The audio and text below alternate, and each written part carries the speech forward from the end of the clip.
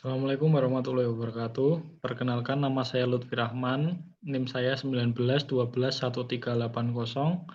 Saya dari kelas 19 SI 07. Saya dari program studi Sistem Informasi. Saya berasal dari Magelang. Usia saya 22 tahun.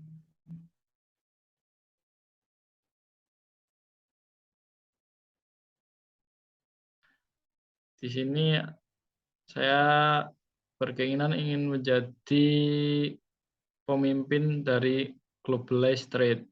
Globalized Trade akan berasal dari Magelang. Usaha ini akan bergerak dalam bidang ekspor yang akan mengirim ke seluruh dunia. Visi dan misi perusahaan. Visinya yaitu menjadi yang terdepan sebagai perusahaan perdagangan, distributor, dan supplier dengan memberikan nilai kepuasan terbaik bagi pelanggan atau rekanan melalui pelayanan dan produk yang berkualitas. Misi perusahaan yang pertama, satu, membuka peluang dan usaha yang produktif dalam membantu perekonomian Indonesia. Yang kedua, meningkatkan hasil yang optimal, menjaga kepercayaan pelanggan, dan memuaskan pelanggan dari segi jasa pelayanan, kualitas, dan kuantitas barang yang diberikan. Dan yang ketiga, membantu perekonomian petani agar mendapatkan harga yang lebih tinggi. Memulai proses memimpin. Yang pertama, saya sebagai seorang pemimpin memulainya dengan membagi program kerja masing-masing anggota. Yang kedua, menjelaskan apa saja yang menjadi program kerja tiap bagian. Yang ketiga, menyampaikan dan menyatukan visi misi. Dan yang keempat, menentukan strategi untuk mencapai target perusahaan. Gaya kepemimpinan. Gaya kepemimpinan yang saya inginkan yaitu gaya kepemimpinan demokratis. Karena dengan gaya kepemimpinan tersebut kita dapat lebih dekat dengan anggota perusahaan dan dapat menerima masukan atau saran dari anggota untuk dapat kita pertimbangkan agar dapat membuat perusahaan menjadi lebih baik nantinya. Dengan gaya kepemimpinan ini, kita dapat mengetahui secara langsung apa yang menjadi masalah dalam perusahaan kita. Gaya kepemimpinan ini menuntut kita untuk aktif dan dinamis sebagai seorang pemimpin. Contoh gaya kepemimpinan demokratis. Contohnya yaitu kita sebagai seorang pemimpin menanyakan langsung kepada anggota apa yang menjadi kendala dalam menjalankan tugasnya, kemudian kita merundingkan apa solusi yang tepat untuk mengatasi masalah tersebut.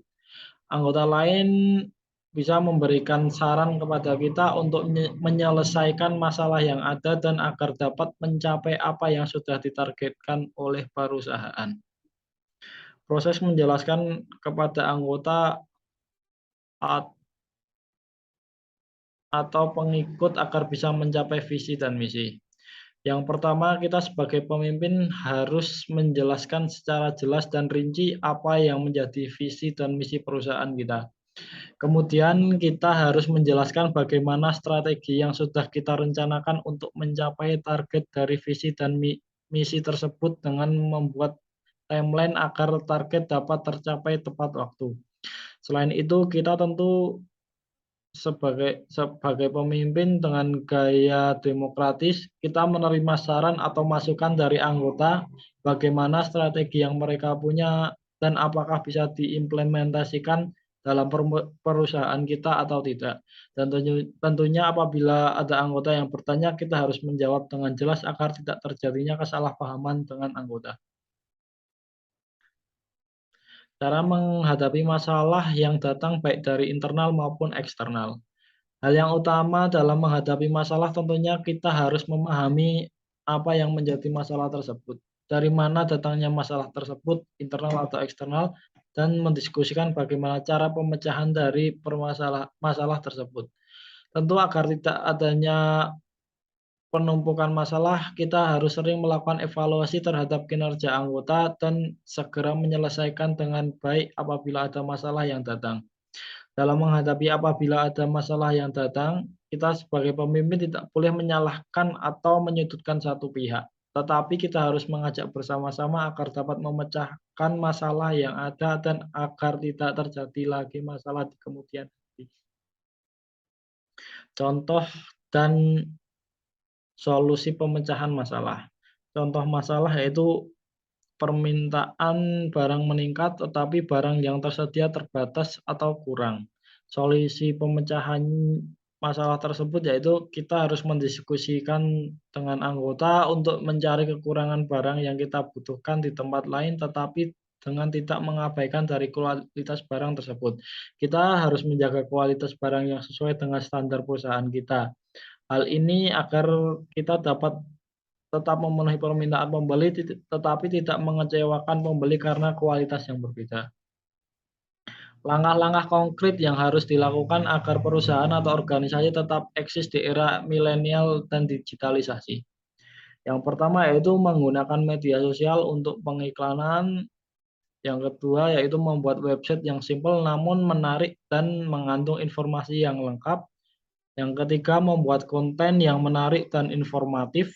Yang keempat, selalu menjaga kualitas barang dan memberikan pelayanan secara maksimal. Sekian presentasi yang dapat saya sampaikan. Apabila ada kekurangan atau kesalahan kata, mohon dimaafkan. Wassalamualaikum warahmatullahi wabarakatuh.